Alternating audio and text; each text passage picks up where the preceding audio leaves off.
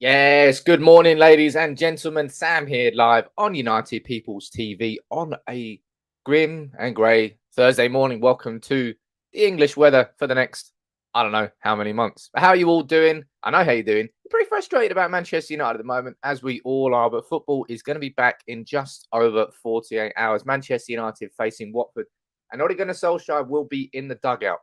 But oh dear, it's not about Zidane. This one. Let me just change that. Whoopsie daisy. Is it that one? Oh no, Sam is doing so well. Oh dearie me, amateur, amateur. Got to change that.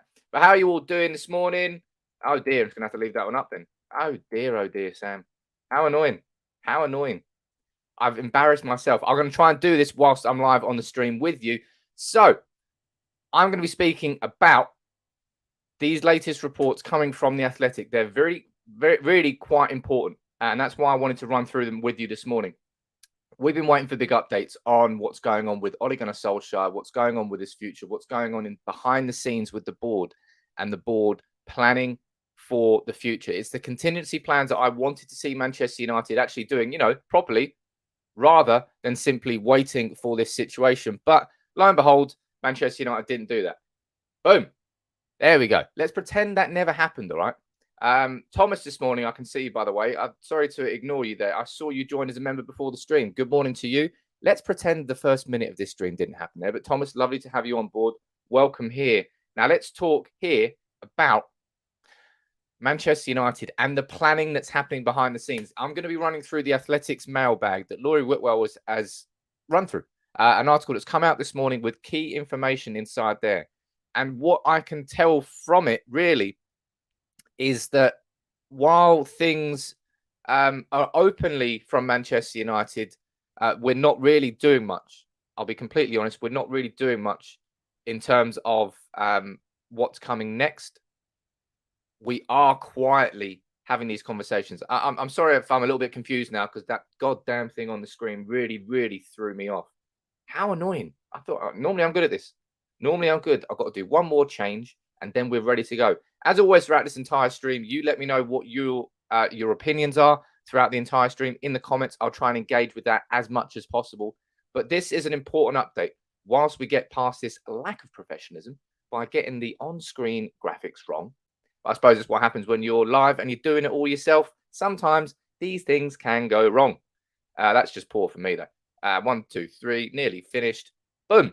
Now we're ready to talk. Let me head down to the comments, see where you're watching from here.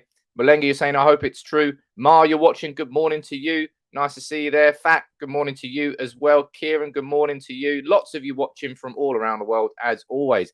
Let's get into this conversation now, because this is going to be a very interesting stream. So you definitely want to stick around for this one, and you definitely want to engage. Let's talk about it.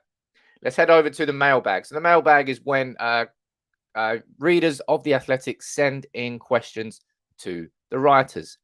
And this one in particular, for me, strikes me as quite an important one. Now, as I said, there's the main thing to take from this before we start and before we look at this information is Manchester United are doing this almost covertly. That's what it looks like. That's what it reads like. That Manchester United, look, I spoke about contingency planning. I spoke about how frustrated I've been that Manchester United simply haven't been doing their contingency planning. I've been frustrated that Manchester United are simply waiting and waiting and waiting, and all of a sudden, oh, Solskjaer, it's not working out. It strikes me as if I'm to describe it as one word, I would say arrogant. Complete arrogance from Ed Woodward, from the board, in the belief of their own plan of Ole Gunnar Solskjaer. And if it doesn't work, well, we don't have a backup plan, because we were so confident and so arrogant that our plan would work that we don't know what's coming next. And that's why we're in this situation, in my opinion. That arrogance in the complete and utter, almost delusional belief in one plan that you just don't plan for another one. That's poor from United. Got Matthew here saying, is it true Zidane is learning English? I've seen these reports, but what you're seeing with Zidane is a lot of speculation. I covered the Zidane reports in full in my full story look at Zidane. And I also covered the reports yesterday. They were from Duncan Castles, and we ran through them and we discussed it. And I was saying, look, at this particular moment in time, with Zidane, it's pretty speculative.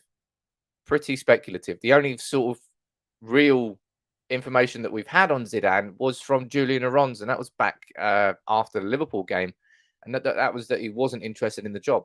So as it stands with Zidane, it's my gut instinct is telling me that he's waiting for the France job. I don't think you can rule him out, but Zidane is on the list for sure. Rodgers is on the list for sure. Ragnick, we haven't spoken to Ragnick. Now let's get into this information. Sorry about the start of this stream. It's a bit of a poor start from me. Normally much more efficient. And look, you can see there, old Paddy Evra, he's been added to the studio. And you can't say that I don't treat you well here on United People's TV. Because this is getting given away tomorrow. Come on. So they've sent me the writers, obviously. It's you look at the styling of this book and look at the styling of Fergie's autobiography. I think I'm not sure. It might be a coincidence, but I think Patrice may have styled it on Fergie's. Well, it looks exactly the same when it's sitting next to it. But yeah, I'll be giving that away in tomorrow's live stream on Fridays when I do the giveaway. So I'm going to be doing that giveaway of the Paddy Evra autobiography. I'm going to be announcing the 210,000 subscriber giveaway, and I'm also going to be announcing, because Mike's never got in touch, so we're going to be giving away not one of these tomorrow.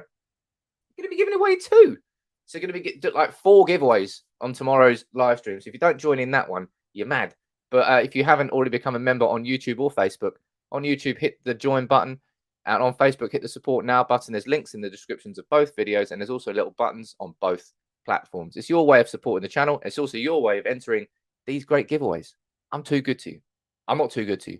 I'm all right to you sometimes. Like Paul, there you go. Nice to have you on board, Paul. It's gonna be a good time for giveaways, and trust me, I've got some special stuff planned for over Christmas. No, not a PS5. I want a PS5. I haven't got a PS5.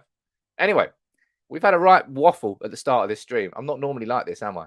Let's get straight into it now. I say straight into it. Let's get into it and let's discuss this mailbag, because there really is some important information inside here. As I said, the mailbag here is when users send in questions to the writers of The Athletic and they answer them. This is the question. Not asking if you know any concrete discussions to bring in a new manager. However, I'm interested in your thoughts about where in the organisation discussions would take place around whether to replace Solskjaer and who to replace him with. So let's go down here and let's talk about it together. Daz, you're saying, am I drunk? No, I'm not drunk. I'm completely sober. Whoops. But yeah, that was an interesting start to the stream. Sorry about that. Get up. You let me off though, right? It's the first time I've done that. We go down here. Blah blah blah. We're talking about Woodward's impending departure created speculation among those close to the club that he is reluctant to sack Solskjaer, and that's what I said in my video that I did on the whole Woodward situation, the Solskjaer sacking situation, and the fact that I really felt that Woodward was having far too much power and control over that last decision because he didn't want to make himself look bad. This bit here, football director John Murtough and technical director Darren Fletcher will offer opinions, but control over the calls rest with the Glazers, Woodward and Arnold and Matt Judge. Matt Judge can go away. Yeah, John Murtough, I've said it before. I'm a little bit surprised he's not more directly involved. He quite literally is the director of football. If the director of football isn't someone who has a powerful voice inside these conversations, then he doesn't have a powerful position at all. And it's something that we all feared with John Murtough when he came in, that he was there simply more as maybe more of an appeasement factor by the Glazers, by the club, saying, look, we know that the structure is wrong, but we don't want to give up power.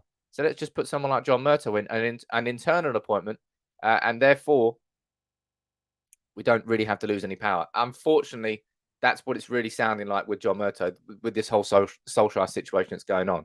But let's go down here and read what it says down here. This is where the information is. It's only taken me 9 fucking minutes to get to it. Sorry about that. United are insisting to several agents who propose alternatives to Solskjaer that they take a long-term view, and current circumstances are a first real blip in his 3-year tenure. I mean, that's just an outright lie. It's not the first blip. I think Solskjaer's been on the sort of brink I think it's 3 times. One I specifically remember being in after man, was it after Leipzig when we headed into November and December? That was the worst one I remember, and that was when I probably lost faith, but I lost a bit of faith at that point. Obviously, Solskjaer's right at the start after he got his contract, everything, the arse fell out of everybody's team, everybody in there. So it's definitely not the first blip. So it's the biggest blip for sure, but the first, nah, absolutely not. But look, that's the bit there we all know. United still being in the Champions League and within touching distance of the top four have been cited for reasons for Solskjaer staying in place. Yeah, we are technically, but we're a couple of results away from being far, far, far away from that.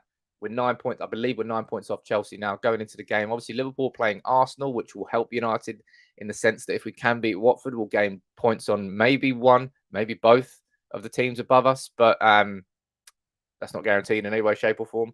This one sickens me to read it, but yeah, it's also going to be true for the Glazers. Solskjaer has brought financial stability by qualifying for Europe's elite competition for 2 years running, because that just didn't happen under Mourinho or Van Gaal or anybody. It was a case of in, out, in, out, in, out. Solskjaer's got it twice, but at the same time, the Glazers have invested after that. So the Glazers, for the first time, you know, my older video that I did on exposing the strategy of the Glazers and when they spend out when we don't finish in the top four, or when we do finish, no, they spend more when we don't finish in the top four compared to when we do finish in the top four. But that changed this year with how much we spent. But let's go down and hear this information on this. This is the title of the video. This is what I put it on. That bit there. Some sources believe that background checks on managers are taking place, but United will not yet enter into genuine talks out of respect to Solskjaer because of the damage that any leaks could cause. Now, you let me know what your reaction to that is in the comments. Do you think that is it genuine? How would it be disrespectful to speak to other candidates at this time? And I'll be completely honest, I don't think it'll be disrespectful at all. After Liverpool and City, I don't think there's any chance that Solskjaer could honestly be offended if Manchester United and the board are actually looking at alternatives. I think that'll be, my God, this is annoying me today. This is why, ladies and gents, you prepare this stuff off screen. So when it comes to on screen, you can simply talk about it. Sam, you've had a bad day today. You've had a bad day today. But look, this bit here is just, yeah, the background checks are happening. And this is something that I've felt for a while. And I've kind of known, but this is the first time I've really seen someone, a sort of an established journalist saying this sort of thing. And maybe I've missed it. Maybe I haven't seen this and it has been said before. But these background checks should have been done way, way, way in advance of the Liverpool and City game. These are the sorts of contingency planning that Manchester United should have been doing for a long time already. The fact that we're doing it now, finally, cool, we're doing it. We should have done it already. So that's my first thing I would say on that. Second of all, I don't think it's about a respect for Solskjaer.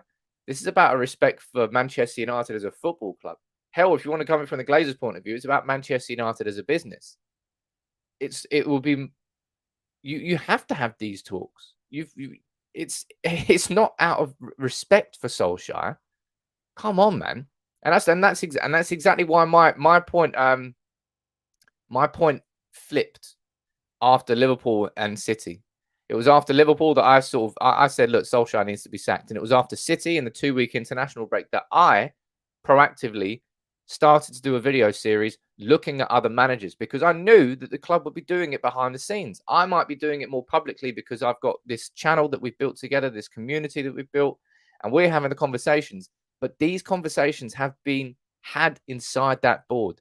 And that's what we're hearing right now is that these background checks are underway. And that's an important step, if I'm being completely honest.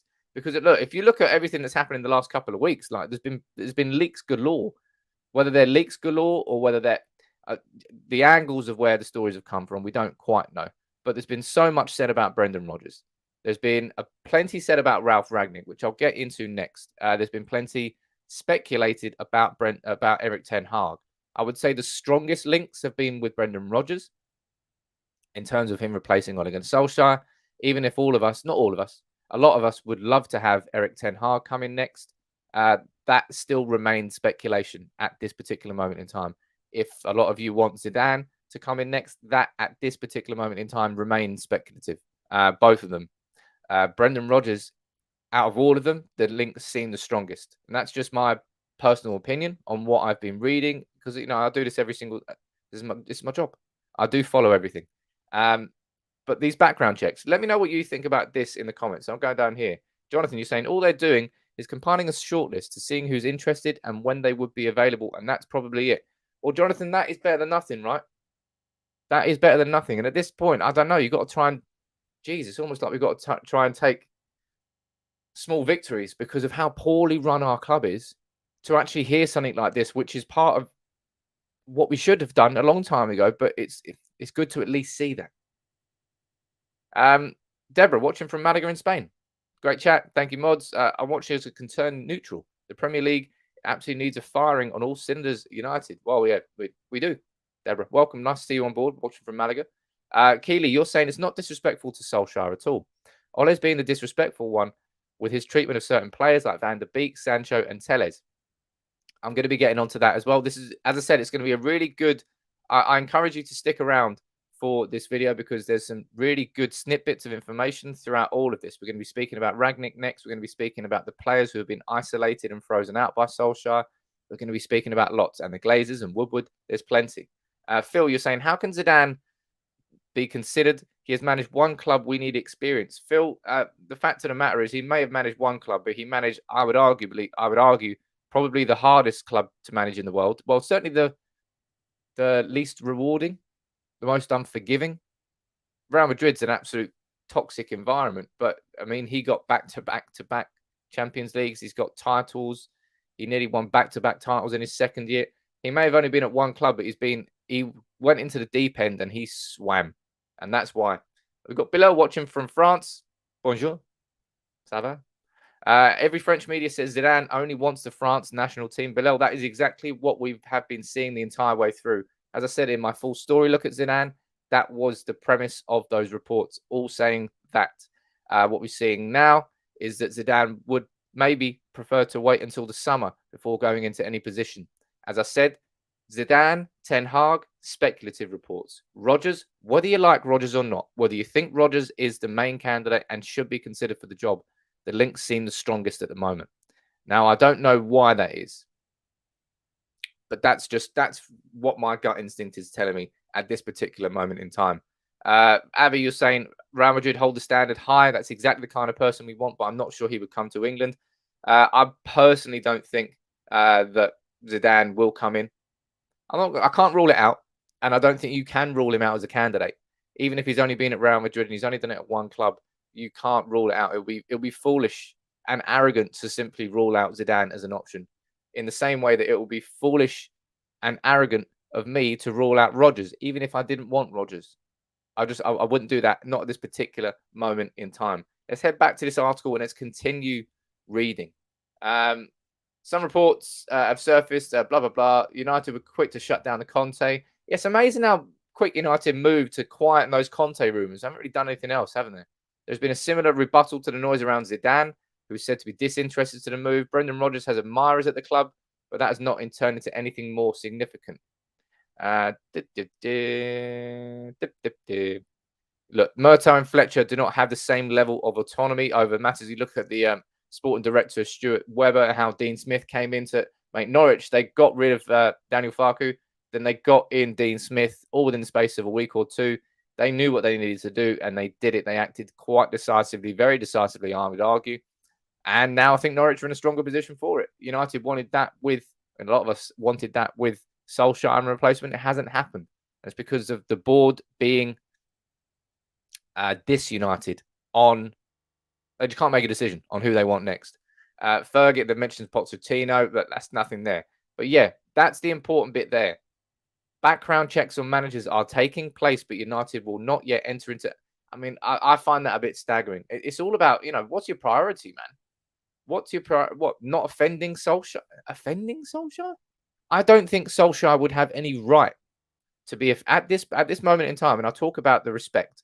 I talk about how it's frustrated me as a United fan, and hell yeah, as a Solskjaer fan, to see what's happened over the last few weeks. But I think I've been respectful in the videos that I've done, looking at potential manager options, looking at the full stories behind them, and looking at how maybe they could come in and change Manchester United based on their coaching styles and philosophies. I don't think it's disrespectful for us to have that conversation. I think it would be goddamn foolish and arrogant of us to ignore all of that until the point where Solskjaer is sacked. Then all of a sudden we've got to have all these conversations about all these different types of managers.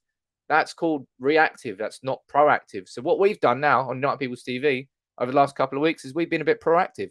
So when it comes to the point where Solskjaer is sacked, we can make a more rounded decision about whether Rodgers will be right, about whether Zidane would be right, about whether Ten Hag would be right, Luis Enrique, anybody, because we've had a look previously over the last couple of weeks. So we know a bit more information.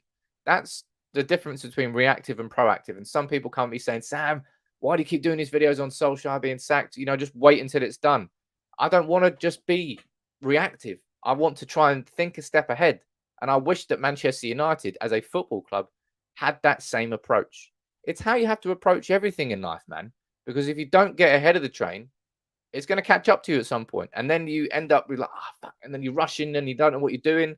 And it's the panic situation that Manchester United found themselves in as a football club during the international break, because they would have sacked Solskjaer if they had the plan in place. And I stand by that. Of course, it's a hypothetical thing to say, but they would have done.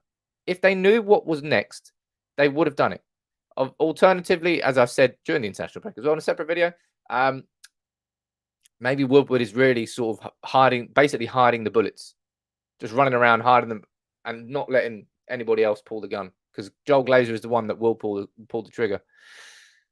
And I've told you, Woodward is the one that's going to feed him, because he's going to be basing a lot of his decision making on what Woodward tells him. Ian, you're doing the vids because it gets you views. Toxic. I mean, this is a mad aspect. Ian, what would you suggest I do then, Ian? Bury my head in the sand as a Manchester United fan, not have conversations about things that I think United need to do next. Look at all the available. If I was toxic, I would simply be pushing one agenda that I wanted, and that was it. But what I've done is I've tried to stay as objective as, I mean, it's a ridiculous comment, Ian. It's the fact that anyway, I'm going to explain it to you, because clearly you need to be explained too. I'm not doing anything from a toxic perspective. I'm doing it completely objectively. I'm trying to say these are the options that we all have in front of us, and we need to look at them now. Or I could just sit here, as I said, I could be Ed Woodward, bury my head in the sand, bury my head in the sand, bury my. Oh yeah, we've got to sack him now. What should we? Who? Yeah. Oh yeah. All right, get Zidane in. Yeah. He's won Champions League, isn't he? Come on, man. Come on. It's mad to really think that. It's mad that, and genuinely, some people do think that. But I don't want Manchester United to be like that. I want us to think ahead. And as I said, I've done those videos now, and they're in the past. And I'm focusing on Manchester United. I want us to fucking pump Watford this weekend. I want us to pump Villarreal, qualify for the Champions League knockouts. Happy days. Go to Stamford Bridge and take a quick dump on Thomas Tuchel's chest. That's what I want to see happen in the next 3 games.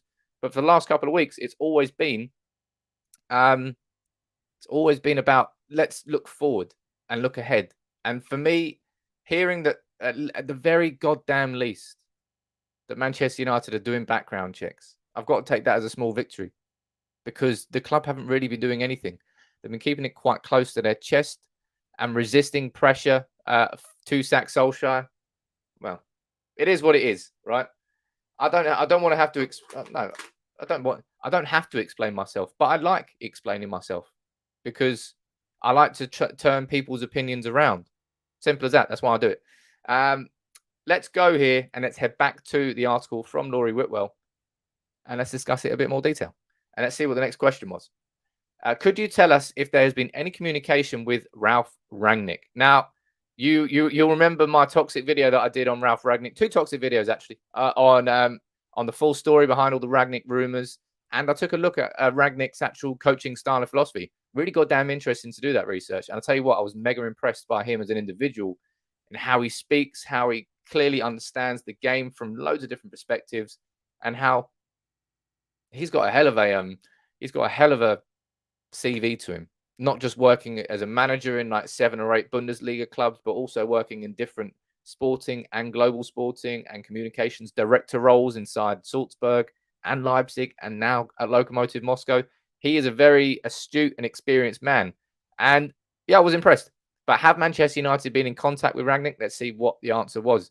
United officials have made contact with Rangnick over the years, primarily to pick his brains over youth development and club structures, but there has been no communication around the current situation regarding Solskjaer. So Ragnick has not been contacted by United. What's your stance on Ragnick? Let's be completely honest, right? Prior to 2 weeks ago, Ralph Ragnick is not an individual who lots of us really had extensive knowledge about and lots of experience in understanding him. And I'll put my hands up and say I was one of them. I knew who he was. I knew he'd held managerial roles before, but I hadn't ever really properly looked into his sort of coaching philosophy and coaching style. And that's something that I've done over the last couple of weeks, is I've learned there. And I could see very much, and this is something I suppose that we all have to remember when it's like going into the supermarket when you're hungry. You go into the supermarket when you're hungry, everything looks good. You're like, I'm having that. Oh my God, just shove it all in the trolley. And all of a sudden you walk out and you're like, how the fuck have I just spent 200 quid on a whole host of things? They're all delicious, but you don't need them all. It's kind of what United were like going into the start of the international break. Everything looked appealing. Ragnick, bring him in. Oh yeah, you can see him coming in a sort of coaching capacity, and then move him up to a director role. It's perfect. I mean, it still sounds perfect to me. Bring him in and then have Ten Hag in the summer, because I still want United to plan towards Ten Hag, but I don't think that between November and May that we can continue with Solskjaer. Not the whole way through, anyway. That's just my opinion. But yeah, Ragnick, as far as we're concerned, is never really apparently been linked with the job too much. Obviously, he spoke to Manchester United previously because he was linked with taking over in 2019, I believe. And I think he even held it. I'm not sure he held an interview with Manchester United, but he was certainly, he had admirers inside the board. That's something that we've read the whole way through. But Ragnick, clearly, he's quite an impressive bloke, really. Have you heard anything from Holland in regards to Ten Hag? And if United were considering Ten Hag, would they be able to persuade Overmars to forget his allegiance to Arsenal and come to United? The appeal of Ten Hag is obvious given his work constructing a fluid Ajax team. And then said Overmars is not under consideration. United have made their changes to the structure with Murto and Fletcher, which I suppose in that point there would rule out Van der Sar. And I'll be completely honest, and I've said this all along, I know all of us would love Edwin van der Sar to come to Manchester United, but I don't see why he would leave Ajax. And I don't mean that I mean, obviously it's Man United, it's very different. But, you know, Edwin van der Sar has got a long and esteemed history with Ajax. He's born in Holland. He's got his family over there. He's worked himself up into a very powerful and strong position and has been integral to their success, really, with Mark Overmars, with Ten Hag. And it's such a beautiful setup for all of them. It's like the perfect setup. They will never have that at any other club. And it's the big question that a lot of people have about Ten Hag, isn't it? About whether or not that he could come to Manchester United and have that sort of success at Manchester United with the sort of club structure that we have. Because Mark Overmars wouldn't come in, and I don't think it wouldn't be a case. It's not like signing Ajax's two best wingers at the same time. It's like taking their entire bloody board and trying to sign them, bringing Ten Hag, Van der Sar, and Overmars. It would leave Ajax as a football club in a bit of disarray because they'd have to replace their entire corporate structure at the same time. And Van der Sar wouldn't do that to Ajax. Ten Hag wouldn't do that to Ajax, and Overmars wouldn't do that to Ajax. So the collective idea of getting all of them is mad, in my opinion. I don't think that's ever going to happen. Even if we did manage to get Ten Hag, I don't think Van der Sar or Overmars would come with him. So that would be my concern about Ten Hag, if I'm being completely honest. Let's go down here. This is for Orr. What's your understanding of Donny van der Beek's absence from the pitch? Was there a fallout, and did Solskjaer even want him? Let's see what goes down here. Blah, blah, blah, blah, blah, blah. Solskjaer endorsed the signing and spoke to Van der Beek beforehand, but it will be stretching reality to say United's manager pushed for him. Van der Beek was available for reduced money, and that appealed to United's board given his pedigree. And this is what I have maintained and said the entire way through about Donny van der Beek. Simple as that. I've still stand by the fact, and I've also said this. He was also signed with the expectation Paul Pogba might depart. I've been saying all of that the entire way through about Donny van der Beek. I think he was basically signed by the club as an opportunity to sign a player under his market value, and he was so young. Was he 23 when we signed him? Real quality, showed it in abundance with Ajax. And we were like, my God, we've got a cracking player here. And I think the Paul Pogba departure was a big thing. If the coronavirus didn't happen, obviously completely hypothetical here, I think Donny van der Beek would be an established player at United. Paul Pogba would have left, and I think we wouldn't be having these conversations. But in the same way, and I do this as a reference because I think it's a fair comparison, I think Kagawa and Rooney, because when Kagawa came in, I think Kagawa was signed as a Rooney replacement because Fergie and Rooney had fallen out, and therefore the expectation was that Rooney was going to leave because, you know, Fergie's not leaving. And then Fergie retired, caught us all by surprise. Rooney stayed for an extra few years. Kagawa had no place in the team, and Kagawa left. Unfortunate, top quality player, bought as Rooney's replacement. Rooney didn't leave. Therefore, Kagawa couldn't get in the team. I think the same thing has happened with Pogba and Van der Beek. I think he was signed as a Pogba replacement. Pogba was supposed to leave. Then the pandemic happened. Now Pogba's not leaving. And now Van der Beek's been frozen out. It strikes me as that is the case. But Paul Pogba right now, he's out for what, 8 weeks? And he was in bad form anyway. Play Donny. I'm going to do my... I was going to do my Watford 11 today. I'm going to do my Watford 11 tomorrow because I really want to do a video today on the Glazers. I'm going to go ham on the Glazers again because I love going ham on the Glazers. It's what I like doing on United People's TV. Let's be honest, I don't think United are going to hire me anytime soon. Not with the videos that I've done and not with the videos that I will continue to do on the Glazers. But yeah, there's an important... I have to do a video on the Glazers because I want to speak about the fan share scheme, get a bit more facts and information on what it actually means. Is it actually the beginning of something new? Take a look at the lies that we've been fed from the Glazers post the European Super League collapse. We want to improve the communication, they said. Yeah, you haven't done that, have you? You goddamn lying bastards. And also going to be speaking about the financial results from yesterday. So it's really important that I'm going to be doing that. So make sure you drop a like on the video and subscribe if you are new. Paul Pogba can piss off if it means Donny gets played. Oh, I think all likes Donny van der Beek. So much so he's buying kits with Donny van der Beek on the back. You heard it here first. Let's have a look here. Never mind videos. Get your influential mates to organise protests. Every home game, direct action is needed. Let's see what goes on next. But look, in the same way, Jonathan, I'm not sure if you've seen, Greater Manchester Police overnight organised raids and had 10 arrests. They were fucking knocking doors down with like riot gear, going into people's houses and arresting people who were involved inside those protests. That's why it's important to keep people's identity hidden in terms of people who were involved in that. But yeah, 10 arrests were made, and it's serious. It's serious. It's amazing that they've got the resources to spend time doing that when there's bigger fish to fry. And that's not my opinion. But yeah, the protests, I imagine they will happen again at some point.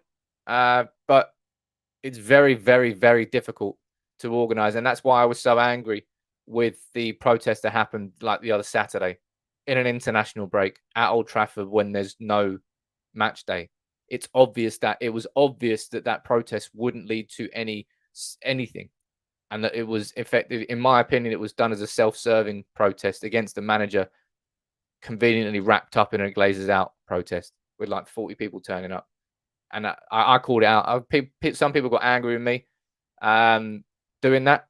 But yeah, I saw it as a thinly veiled attempt to wrap protest against a manager up in the Glazers movement. And the Glazers movement is something I feel quite passionate about. It's such an important cause for Manchester United fans, and I don't want to see anyone taking the piss out of it. And in my opinion, that protest there, in fucking quotation marks, that protest there the other week took the piss out of it and massively undermined any work that anybody's been doing against the Glazers and has been. That's my opinion, and that's why I did it. I'm quite a placid person. I stay out of these sort of conversations, but I didn't want to on that one. That really annoyed me. But let's go down here and let's continue this discussion. Solskjaer's wanted more from Donny van der Beek in training and matches, but his exclusion from the Dutch squad seen as a comment on his form as much as his lack of game time, which is random actually because I got this video up and I feel really, really sorry for Donny that he's missed out on this. I think this is going to be hurting Donny more than anything. If you didn't see, Holland qualified for the World Cup, and celebrations here of the Dutch players. This Frenkie de Jong obviously was a teammate at Ajax, but I think this would really be cutting Donny up, if I'm honest. I think these sort of scenes and seeing everyone celebrating there and him not being part of it will really, really hurt him. And I do feel sorry for him. And I've said that quite a long time, that I've really got a lot of sympathy for Donny van der Beek. But there's one thing that actually, now that I'm speaking about it, let me pull this photo up. I think I mentioned it yesterday. No, I did mention it yesterday, didn't I? I'm going to mention it again just because it made me laugh so much. Yeah, look at that. There he is. I don't know why that made, like, he if you don't know, Louis van Gaal, he fractured his hip after falling off a bike, but he's there enjoying himself. And I said this yesterday, that he might have played probably the most boring football that I've seen post Fergie, but he's a hell of a character, real charisma, and I'm happy for him. I'm happy for the Dutch team that they got through. But yeah, that would really, really have cut Donny van der Beek to see that and him not be part of it. Let me go down here and read a few of your comments out here. That's as I always do. Everyone has a right to protest, says Jay. Yep. I'm not saying that you don't have a right to protest. I'm not here trying to quash that right to protest. Just as the fact that I have a right to say that protest, in my opinion, was not done with the intentions that it was labeled as. In my opinion, anyway. A big enough boycott, says Doug, would have them out in a few months, but people are divided. I don't think it would, mate. The entire stadium's been boycotted for like 18 months. 0 match day revenue for like over a year, and they're still holding on. There was a global boycott. Then we go down here. Yeah, LVG broke his hip. Mate, he enjoyed it. He really, really enjoyed it. The grass isn't always greener, says Daz. I don't want to hear about top 4, says Cruz, because we don't win the Champions League anyway. Hey, let's go on that. Hey, look, we might win the Champions League this year. You can't rule it out. Can't rule it out. I mean, you pretty much can, but you can't. Let's go back here. Blah, blah, blah. No bust up. His appearance from the bench in Bergamo against Atalanta was very positive. Pogba injured. Fred hadn't played twice. Mate, come on. He's got to play against Watford, right? If he fails to feature and that continues, it's mate, he should be leaving. We spoke about him with Fabrizio Romano and his update on Donny van der Beek, and saying that he's going to be, if nothing changes, he's leaving in January. I expect Donny van der Beek to leave in January. Simple as that. I don't expect him to stay. And a little comment here on the fan share scheme. How much worth will there be in the fan share scheme, and will those be enough to make a difference at board level? Reconciliation with fans, blah, blah, blah. The fan share scheme opens a prospect of a more meaningful representation from supporters at the very least. So the shares will be Class B shares, equal voting rights, but it's about how many they have. So what we're looking at now is we're looking at the shares being the first tranche of shares. So the first set of shares will be $10 million. And that's going to, I need to work out the percentages, but trust me when I'm saying it's a very, very small percentage overall in terms of the influence that's going to have inside the club, because the Glazers still are going to dominate that pot, absolutely dominate the overall influence. The thing that it opens the door for is fan representation at board level. So things like the European Super League can't happen again without fans knowing about it first. So at the very, very least, what this fan share scheme does is open the opportunity for United as a fan base to be more proactive rather than reactive. Again, it seems to be the buzzword here today, is being proactive. But that's what that fan share scheme does. At the very, very least, it allows United fans to be involved in the conversations before actions are taken, so that we can protest against things before they've happened. So we can stop things. There's more chance of United fans being able to stop things because of the fan share scheme, rather than having to react and then protest the consequence of it happening, if you know what I mean. That's where I hope that the fan share scheme can come in and make a bit of a difference. But yeah, ultimately, I think I'm worried and scared that it's going to be absolutely meaningless, completely meaningless in terms of actually transforming the ownership structure at Manchester United and changing what we want. Or you're saying the disconnect between fans and owners is a vast, vast ocean. It is, and this is the first paddle in that ocean. But at the very least, it's a first paddle. And below the question there saying, would you buy some shares, Sam? And my initial reaction was, yeah, absolutely, I would. I absolutely would buy shares. But my second reaction, when I take a little step back and think about it, is I'd need to know a hell of a lot more about it before I did that. You know, where's my money going to? Am I simply just giving the Glazers another little payday? Am I going to be paying for Avram Glazer to get a hair transplant? I don't want to do that. I want that money to go towards the club. I would like that money to go towards something that might be reinvested inside that club. I would want to make sure that 10 million that came from it went absolutely nowhere near the Glazers' pockets. So I would personally need to know a lot more before I gave my money up. And I'd like to know about the influence, because, you know, you got 10 million, but is that going to be one person investing 10 million and all of a sudden that's going to be one key investor and that person is going to have this sort of influence? Or is it going to be 10 million spread across 450,000 United fans who all buy, I don't know, £2.50 worth? I don't know how it works. So we really need to know more information before we consider putting our money into it. But look, as I said, going back to the main point I wanted to discuss today, which I felt was a bit of a big difference. And it's the fact that there, some sources believe that background checks on managers are taking place at Manchester United, but United will not yet. Oh, geez, I can't read apparently. Some sources believe background checks on managers are taking place, but United will not yet enter into genuine talks out of respect for Solskjaer and because of the damage that any leaks could cause. And we had a discussion about that. Look, I think Solskjaer knows, because of what happened against Liverpool and City, that he doesn't really have a leg to stand on. He can't really complain if Manchester United are having these conversations now. And that's the same sort of pressure as, I don't know, you call it competition if you want. We always say that competition is vital inside a squad. Competition for places is what drives professionals to be at the top of their game, to make sure they stay at the top of the game so that someone doesn't come in and take their position. Now, that there is exactly what Manchester United should probably be doing with Ole Gunnar Solskjaer. He can't feel complacent and comfortable in his job, because if he does that, he won't maybe take the risks that he needs to at this point to save his job. If Solskjaer's sitting there feeling complacent, thinking, you know what, I know that Ed Woodward's not going to sack me. I know that Manchester United aren't going to sack me. So why am I going to change anything? And at the same time as saying that, we could say, look, Sam, look at what Arteta has done at Arsenal. He stuck true to his plan. He stuck true to everything. And look, now Arsenal are being paid off. They've got a 10-game unbeaten run going into the Liverpool game, and people were thinking that they might get a result at Anfield.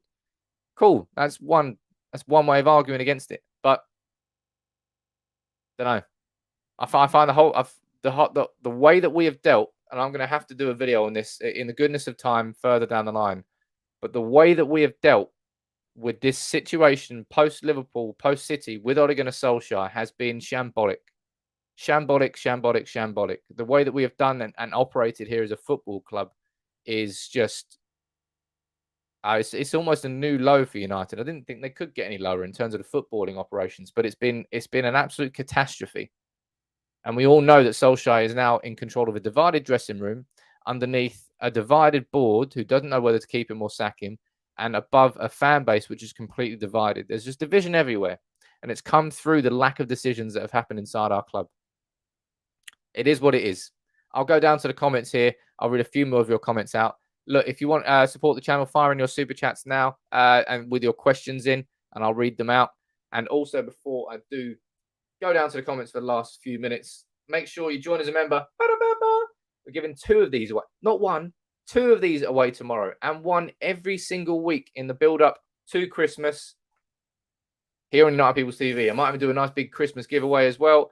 And I'm also going to be giving this away tomorrow live on the stream, a copy of Paddy Evra's new autobiography sent to me by the lovely guys who produced it. I don't know who did produce it. I don't know. Oh, look, he signed it. Sam, United People's TV is the best YouTube. Oh, thank you, Paddy. It's the best YouTube channel out there. I would encourage everybody to subscribe. I love this game. I love your game more, though. Mate, Patrice is so nice, isn't he? Such a nice bloke. Really nice for him to sign that and send it to me. Obviously, I'm going to keep this now. So I'm actually not going to give it away. No, they didn't write anything there. But look, that's going to be given away tomorrow. I'm going to be giving away 2 Ronaldo shirts. I'm going to be giving away plenty more. I've been to the PO box, and I'll tell you what, there's a decent haul in there. So we're going to be showing what is in the PO box. That'll be fun. Tomorrow's going to be a good one. But look, I'm excited is the wrong word. I'm pleased. It's probably how I can't go much further than pleased. I'm pleased that United are now having these conversations and the background checks are happening. This is what should have been happening prior to Liverpool and City. This is called contingency planning, but at least the club are now doing it. And let's see what happens in the next few games, eh? We've got Watford, Villarreal, and Chelsea within the space of 7 days. And if Man United go anywhere near the form that we showed before the international break, then it will not be a pleasant few days coming up here. Save Jungle, you're saying, please, can you get Patrice on the show? Hey, look, everyone tweet Patrice and get him to come on United People's TV. I'm trying to speak to him as well. But he's a bit of a hard guy to catch. So maybe you can tweet him. Look at that. Don't you have anything better to do, says Adrian. Well, Adrian, you probably shouldn't be watching if I'm waffling. I'll be honest, I'm waffling now. It is the end of the show. It's a fair point. It's a fair point. I'm waffling. But look, thank you all very much for joining in this morning. Those background checks, it's not something to get mega excited about, but it's something that at least Manchester United are now looking at the replacements for Solskjaer. That is a step in the right direction. And I right now will take any goddamn steps in the right direction. It's what we need to do as a football club. But thank you very much for all joining in. Thank you very much for all commenting on this toxic video. I'm going to be here tomorrow with another toxic video. Maybe another. I might even do another toxic video today. Jeez, you are lucky. So much toxicity. This is the place to come. Britney Spears would be at home here. Thank you all very much for joining in. Make sure you drop a like on the video and subscribe if you are new. Take it easy, everyone.